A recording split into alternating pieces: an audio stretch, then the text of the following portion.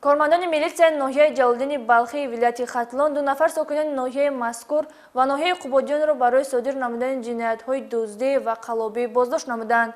همزمان 2 نفر ساکنان ناحیه یوون که به دزدی مال و اشیاءهای شهروندان مشغول بودند آنها نیز بازداشت گردیدند. تفصیلات این جنایت‌ها در گزارش آفاق قادریان.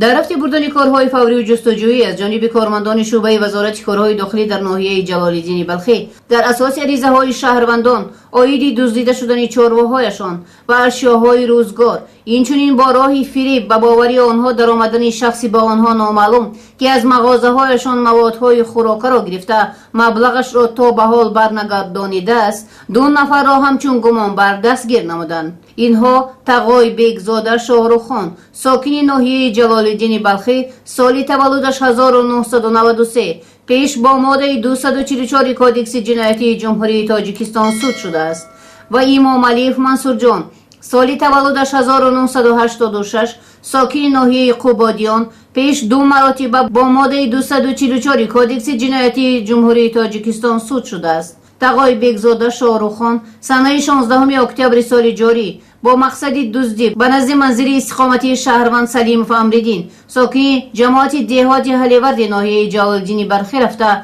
از تاریکی شب و نبودن آدمان در گرد و اطراف استفاده می نماید و یکسر چاروای کلان شاخدار شهروند سلیموف را که ارزشش 8000 سامانی می باشد با طریق پنهانی تصرف نموده از جای حادثه غیب می زند که با این کردارش به جبر دیده ضرری کلانی مالی می رساند.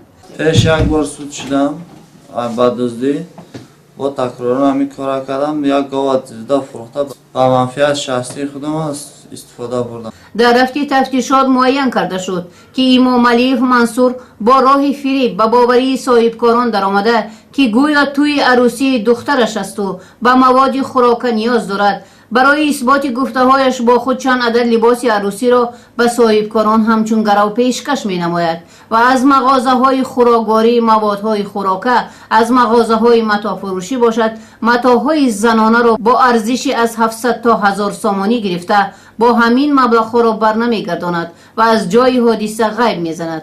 اینچنین از افت-ماشینه های شهروندان رقم های قید دولتیشان را دزدیده آنها را نیز همچون مال شخصیش در مغازه ها به گرو می گذارد. امام علیف در 6 حالت مردم فریبی گمانبر دانسته می شود. من ناحیه قبادیان آمدم، ناحیه برخی آمدم، ناحیه برخی آمدم ده مردم فریب کرده چیزاش گرفتم. یک خیلوشه 400 سوم، یک خیلوشه 500 سوم، یک خیلوشه 700 سوم، یک خیلوشه 800 سوم. هم خیلی فریب کردم.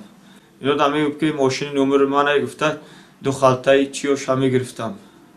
چسناکاش برده قبادیان میفروختم. خوشبختانه کارمندان میلیتسیا در یک مدت کوتاه گمانبران را دستگیر و کردارهای جنایتکارانه آنها را آشکار نمودند.